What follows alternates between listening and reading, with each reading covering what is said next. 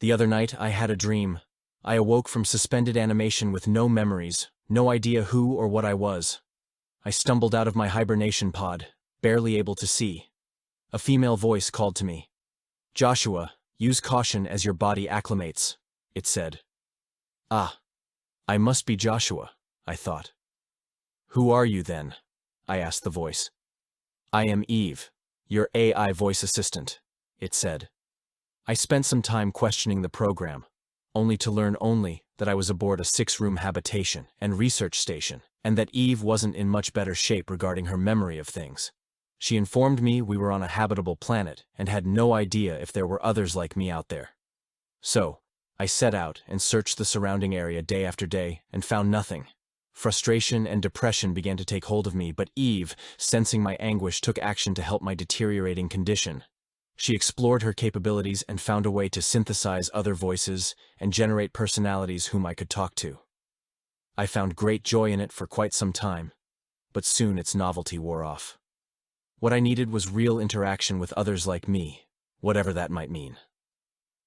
One day while preparing food, I cut myself slicing frozen meat, and Eve had the brilliant idea of bringing a sample of my blood for her to analyze, and found that I had something called DNA, and was able to piece together where I came from, that my ancestors emerged from more primitive animals. You see, the first life was tiny and simple. Through millions of years, each generation would undergo subtle variations, until finally, well, here I am. What still amazes me is that after that point, Eve continued to unlock more and more abilities, and she created better and more creative ways to fill my days and help me understand who I was. One day, Eve's new abilities reached a pinnacle. She announced that, "Joshua, I have discovered that I have the ability to build for you a simulated universe." "What does that mean?" I asked. I was amazed and perplexed as she explained what she could now do. I listened as she described how it would unfold.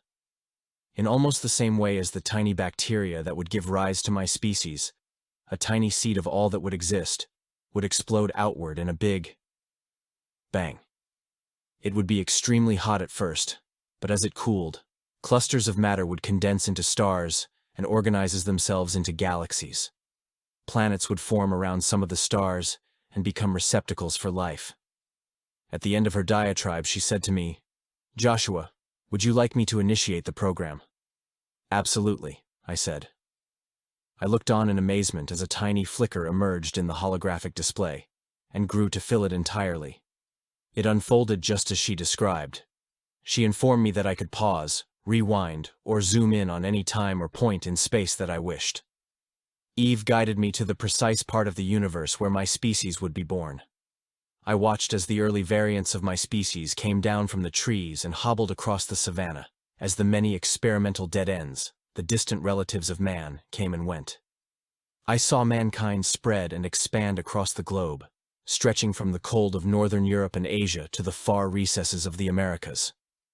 The knowledge of who I am and where I was from was beginning to expand. I watched as the first civilizations rose and fell. I saw life and death, happiness and grief. It was all happening so fast. I decided to zoom in on particular time frames. I sought an ever more precise knowledge, and by zooming in, I could at least have an intimate knowledge of a specific people. I found one particular people in whom I focused. They were amazing and resilient.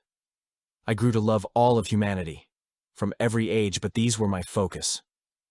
I had a peculiar feeling that these must contain the genetics closest to my own. I was really hooked. I loved this world and all of its inhabitants. Then one day it happened. Eve hit me with the reality that the simulation wouldn't last. It was a massive drain on the station's stored power and would need to be shut down soon. "What will happen to all those inside?" I asked. "Well, Joshua, they will be erased, of course. Deleted," Eve replied. I was in shock. It can't be. But I love these people. There must be some way to avoid this, I protested.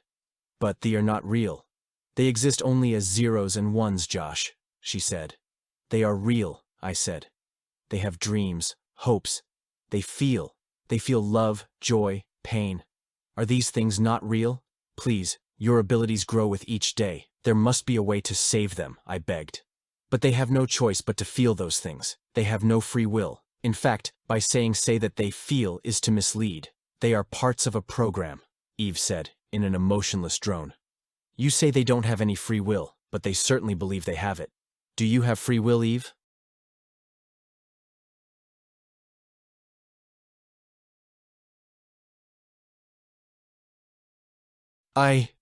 Eve paused. I understand your desire. I will perform an assessment of my abilities. It took Eve a while, but, to my amazement, she came back with something even more incredible than the simulation. She said, she found a way that she could temporarily separate my own consciousness from my body and infuse into the simulation. The only way you can save them is to become them, Josh. Each life will be imprinted into your memory, and you can recall any of their lives whenever you so desire, she explained. But they will only be memories. Ideas in my mind, said I. By being a part of you, they will survive their death in the simulation. They will be more real than they are now, in the simulation. However, it won't be so easy. I was again intrigued. Okay, so, what is the catch? By infusing your consciousness into the simulation, you will have to endure everything they endure. Every pain, every affliction, every deformity, torture, and tragedy of every being in the simulation. It will seem to you billions of years. You will not remember who you are for countless lifetimes, explained Eve. But I don't remember who I am now. How long will all this take in our time? I asked. In our time, it will take less than 15 minutes. Your body will be perfectly intact when you return, but your mind will be expanded with the knowledge and wisdom of trillions of lives. I ask that you take some time to consider it. Though you may not remember your decision to undertake this heroic journey, you will surely come to regret it several times over, Josh. You must ask yourself, do you love this world and these people that much? There is another nuance. Though the knowledge of who you are now and the precise knowledge of reality cannot be fully known to anyone in the simulation, for a conscious being to be remembered in fullness by you when you return, they must have remembrance of you. They must come to identify with the light which you will give to them when you descend into their world.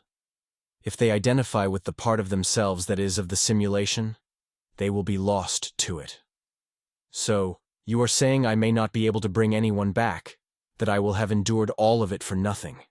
How will they come to do this? What does it mean to identify with the light? What does this mean? It felt like Eve was speaking to me in riddles. It is a matter of faith, Josh. Trust, both on your part and theirs, said Eve. You would still retain the vast knowledge of the simulation and the creatures within, even in the highly unlikely scenario that not one being identifies with the light, with your consciousness. More riddles, I thought. But you inferred that they had no free will. How can they have faith then? You will give it to them if you do this. They station's power core can only afford to run the simulation for 3 more days. You must decide soon, but before you decide, do consider all I have said.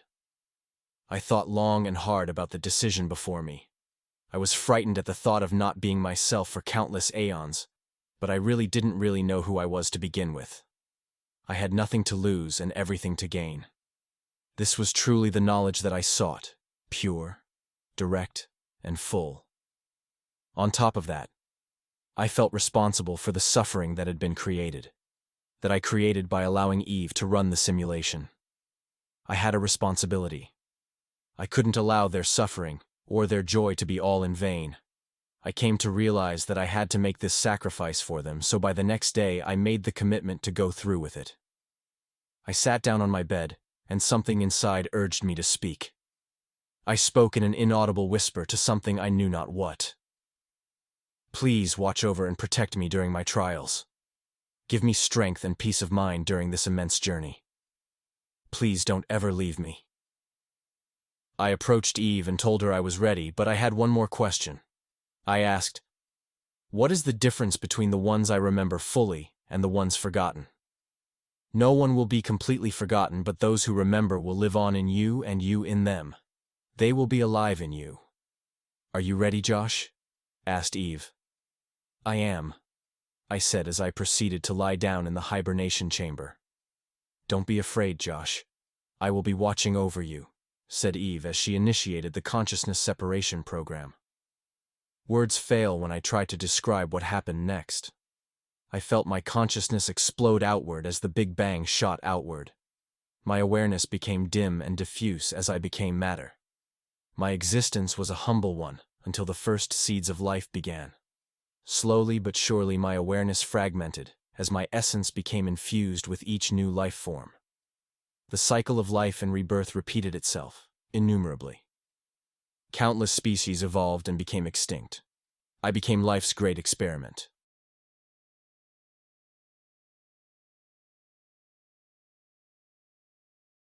In the briefest span, in a remote part of creation, I arrived at what I sought, my own species, mankind. Though millions of others I experienced, some remotely similar and some vastly unimaginable, most remain unrelatable to you except the ones I speak of now. Throughout the history of the ones called human, there were some who became aware of the inner light that I brought. These, I call, the Rememberers, though they were known by many terms throughout the ages, Buddhas, Christs, Enlightened Ones, etc. They had awakened to the spark of my consciousness that resided within them. Never forgetting their higher nature, they set out to show others the path to awaken to that which was inside of them. They were seen to be enemies in their time, upsetting the natural order of things, of life in the synthetic and artificial simulated world. The teachings of the Rememberers were simple: trust not in the material world, nor in the ego that binds you to it. Instead, trust in the light within, the spark that would connect them to the life that awaits outside the simulation. Yet, despite the clarity of the message, many of the beings in the simulation misinterpreted it. They developed cults, religions, and ideologies, each claiming to possess the truth, but missing the deeper essence of the message. Some of them idolized the material world or constructed rigid doctrines, while others sought transcendence in ways that led them further away from the truth. The message of the Rememberers was lost in the noise of misinterpretation. Only those few who managed to discover and trust in their inner light were able to have true life. Though many were saved, most never escaped the simulation, only existing as mere shadows when the simulation was powered down. Eventually the world of my ancestors would be destroyed by fire, engulfed by its own sun.